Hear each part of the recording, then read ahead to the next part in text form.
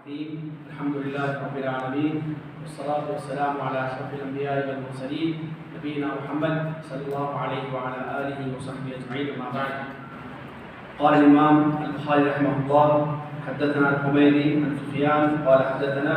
يحيى بن زيد الأنصاري قال محمد بن إبراهيم التيمي أنه سمع الحمام بن وقاص الذي يقول: سمعت عمر بن الخطاب رضي الله عنه على المنبر قال: سمعت رسول الله صلى الله عليه وسلم يقول: إنما الأعمال بالنيات وإنما لكل امرئ ما نوى فمن كانت هجرته إلى الله إلى دنيا يصيبها أو إلى امرأة ينكحها فهجرته إلى ما هاجر إليه. محترم سامعین، اللہ رب العالمین وقتاً فوقتاً امت مسلمہ کے لیے اطاعت کے موسم، قربت الہی کے ایام، حصول جنت کے ذرائع، جہنم کے نجات کے طریقے وقتاً فوقتاً بھیجتے رہتے ہیں.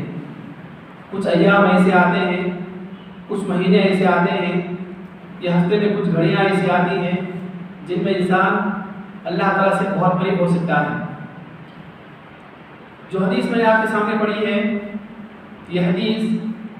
تقریباً مسلمان جانتے ہیں. اس حدیث میں نیتوں کو تمام اعمال کا دار و مدار قرار دیا گیا. مذہب اسلام میں نیت ایک بہت بڑا معنی رکھتی ہے. اسی نیت کی وجہ سے اعمال قبول بھی ہوا کرتے ہیں اور اس میں کھوٹ کی وجہ سے اعمال رد کیے جاتے ہیں. اسی نیت کی وجہ سے بسا اوقات ایک عمل اس کی ایک حد مقرر ہوا کرتی ہے، وہیں پر اسی عمل میں نیت کی وجہ سے بسا اوقات اس عمل کا ثواب اجر و ثواب کئی گنا ہو جاتا ہے. اسی نیت کی وجہ سے بسا اوقات مومن یہ ایک عمل کرتے ہوئے کئی طرح کے اعمال کا ثواب حاصل کر سکتا ہے، جسے شریعت کی اصطلاح میں، فقہی اصطلاح میں التداخل فی العبادات یا تشریک فی العبادات کہا جاتا ہے. محترم سامعین، جب بھی عبادات کے موسم آتے ہیں، بھلے وہ مہینوں کی شکل میں ہوں، بھلے وہ کسی دن کی شکل میں ہوں، بھلے وہ چند لمحات کی شکل میں ہوں، اور وہ عبادت مالی عبادت ہو یا بدنی عبادت ہو، کسی بھی طرح کی، ہم دیکھتے ہیں کہ مسلمانوں کی اس میں کئی قسمیں ہوا کرتی ہیں.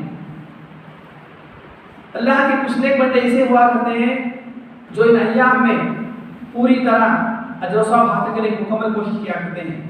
پوری ریاضت کے ساتھ، پورے اہتمام کے ساتھ اپنے آپ کی عبادت کی وقف کر کے وہ پورا اجر و ثواب حاصل کرنے کی پوری کوشش کیا کرتے ہیں. وہیں پر ہم لوگ دیکھتے ہیں کہ بعض مسلمان عام ایام کی طرح ان سے گزر جاتے ہیں، جیسے کچھ ہوا ہی نہیں، جیسے کچھ ایام آئے ہی نہیں، جیسے خیر کا موسم کچھ سامنے گزرا ہی نہیں ہے. وہیں پر کچھ مسلمان ایسے بھی ہوا کرتے ہیں جو عبادات تو کرتے ہیں لیکن سستی، کاہلی کی وجہ سے ان میں بہت پیچھے بھی رہتے ہیں. وہیں پر بعض مسلمان ایسے بھی ہوا کرتے ہیں جو ان عبادات کو کتاب و سنت کے طریقے سے ادا نہ کر کے یا تو اجر و ثواب ہی حاصل نہیں کیا کرتے یا اجر و ثواب میں بہت پیچھے رہ جا کرتے ہیں. محترم سامعین، جہاں پر عبادات میں نیتوں کا بہت بڑا مدخل ہوا کرتا ہے، وہیں پر عبادات میں نیتوں کا حاضر رہنا، نیتوں کا استحضار، کسی بھی عبادت کو اس کے پورے اہتمام سے کرنا، اس کی پوری لذتوں سے کرنا، پورے علم و معرفت سے کرنا، جسے شریعت کی اصطلاح میں استحضار النیہ کہا جاتا ہے، نیت کو حاضر رکھتے ہوئے کرنا، یہ شریعت میں ایک بہت اہم چیز قرار دی گئی ہے. یقیناً نیت جس کا تعلق دل سے ہوا کرتا ہے، یقیناً نیت جس کا تعلق دل سے ہوا کرتا ہے، انسان کے چھوٹے سے چھوٹے عمل کو صرف استحضار نیت کی وجہ سے جہاں اجر و ثواب میں بہت اونچائی تک کر جاتے ہیں، وہیں پر یہی نیت، یہی استحضار نیت انسان کے اعمال میں بہت سے فوائد لے کر آتی ہے. علماء اسلام نے، محدثین کرام نے، سلف رحمہ اللہ نے اپنی جو عبادتیں کی ہیں، ہم لوگ ہمارے سلف رحمہ اللہ کی عبادتوں میں اور موجودہ دور کی عوام الناس کی عبادتوں میں جو فرق دیکھا کرتے ہیں، جہاں اس کے بہت سے فرق پائے جاتے ہیں، تو ایک بڑا فرق یہ بھی ہوتا ہے کہ ہمارے سلف رحمہ اللہ کسی بھی عبادت کو بس یوں ہی نہیں کیا کرتے تھے، بس ایسے ہی نہیں کر گزرا کرتے تھے، بلکہ پورے اہتمام کے ساتھ، پورے استحضار نیت سے کیا کرتے تھے. مثال کے طور پر ہمارے سلف رحمہ اللہ میں سے ان کی عادت یہ تھی کہ رمضان سے 6 مہینے پہلے وہ اللہ تعالیٰ سے دعا کیا کرتے تھے کہ اللہ رب العالمین تو اگلے رمضان تک ہمیں باقی رکھ، وہ دعا کیا کرتے تھے۔ پھر جیسے رمضان کا مہینہ آتا پوری لگن، پوری جدوجہد کے ساتھ رمضان کے روزوں سمیت متنوع عبادتیں کرتے اور اللہ تعالیٰ کے یہاں حق المقدور اس رمضان کا پورا گوشت حاصل کرنے کی کوشش کیا کرتے۔ پھر جیسے رمضان گزر جایا کرتا وہ 6 مہینے تک، مستقبل کے 6 مہینے تک ان کی قبولیت کی دعا کیا کرتے تھے۔ یہ استحبار نیت کی بہت بڑی چیز ہے۔ افسوس کی بات یہ ہے کہ ہمارے آج کے دنوں میں بہت سی عبادتیں ہمارے سامنے آتی گزر جاتی ہیں اور بہت سے مسلمان ان ایام میں، ان مہینوں میں، ان ساعات میں، ان لمحوں میں، گھڑیوں میں بہت سی باتیں کرتے بھی ہیں، لیکن اکثر چیزیں بسا اوقات کچھ چیزیں عادت سی بن گئی ہیں، کچھ چیزیں دیکھا دیکھی ایک روٹین بن گئی ہیں، جس کی وجہ سے اجر و ثواب میں ایک حد تک ثواب تو مل جاتا ہے لیکن وہ معرفت، وہ لذت، وہ اہتمام ہو نہیں پاتا۔ محترم سامعین، رمضان کا جو مہینہ ہمارے سامنے آیا ہے، میں اور آپ اللہ سے دعا کرتے ہیں کہ اللہ تعالیٰ تمام کو اس ماہ مبارک میں متنوع عبادتیں کرنے کی توفیق عطا فرمائے۔ لیکن محترم سامعین، اس مہینے کا مکمل طور پر اہتمام کرنے کے لیے ضروری ہے کہ استحبار النیہ ہو۔ ایسا نہیں کہ ہم زندگی گزار رہے ہیں، رجب گیا، اس کے بعد شعبان آیا، پھر رمضان کا مہینہ آ گیا اور ہم نے کچھ عبادتیں کر لی، روزے رکھ لیے، نہیں۔ ہم اس مہینے کا پورا اہتمام کریں، ہم اللہ تعالیٰ سے دعا کیا کریں کہ اس مہینے میں ہم لوگ زندہ رہیں، اللہ ہمیں حیات مکمل دے۔ پھر جب تک اللہ ہمیں اس مہینے میں باقی رکھتا ہے، فرض روزوں کے ساتھ ساتھ متنوع عبادتیں کر کے اللہ کا قربت حاصل کرنے کی کوشش کیا کریں۔ یہ بہت بڑی چیز ہے، یہ اہتمام ہونا چاہیے، استحبار النیہ ہونا چاہیے۔ یہ استحبار النیہ، یہ نیت کا اہتمام، یہ نیت کو سامنے رکھنا، کسی بھی عبادت کے لیے نیت کو سامنے رکھنا، یہ بہت بڑی چیز ہوا کرتی ہے۔ محترم سامعین، استحبار النیہ کے کیا فوائد ہیں؟ ایک آدمی عبادت کو یوں ہی کرتا جا رہا ہے ایک روٹین کی طرح یا ایک شیڈیول کی طرح، اس کے بجائے ایک مسلمان بندہ عبادات کو نیت کے استحبار کے ساتھ کرتا ہے، اس کے کیا فوائد ہیں؟ علماء نے اسے بہت سے فوائد بتائے ہیں۔ سب سے پہلا فائدہ یہ ہوگا کہ انسان جب کسی عبادت کو پوری اہمیت سے کرے گا، پورے اہتمام سے کرے گا، تو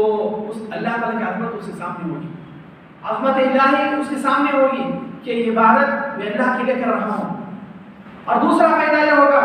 جب عبادت کا اہتمام بندے کے سامنے ہوگا تو پوری کوشش کرے گا میں اس عبادت کو خالصتاً اللہ تعالیٰ کی بتائی ہوئی کے مطابق ہی کروں، شریعت کے موافق ہی کروں، اس میں ذرا بھی رد و بدل نہ ہو، ذرا بھی تبدیلی نہ ہو، بدعت و خرافات کا شائبہ نہ ہو۔ ایک بہت بڑا فائدہ یہ ہوا کرتا ہے۔ اور تیسری بات، بندہ جب استحبار النیہ سے کوئی بھی عمل کرے گا تو سوچے گا اس عبادت کو احسن طریقے سے ادا کروں، احسن طریقے سے، اکمل طریقے سے ادا کروں، کوئی چیز چھوٹنے نہ پائے۔ ایک اور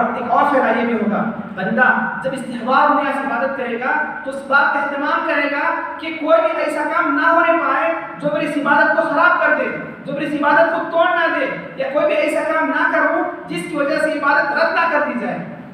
ایک اور فائدہ یہ بھی ہوگا کہ بندہ اللہ تعالیٰ کے پاس اجر و ثواب کی امید رکھے گا۔ اسی لیے کہا گیا من قام رمضان ایمانا واحتسابا، من صام رمضان ایمانا واحتسابا، اللہ تعالیٰ کے پاس اجر و ثواب کی امید بھی رکھے گا۔ ایک اور فائدہ یہ بھی ہوگا کہ بندے کو عبادت کی لذت ملے گی، بندے کو عبادت کی ایسی لذت، ایسی چاشنی اور ایسی حلاوت ملے گی جو اسے کہیں اور میسر نہیں ہوگی۔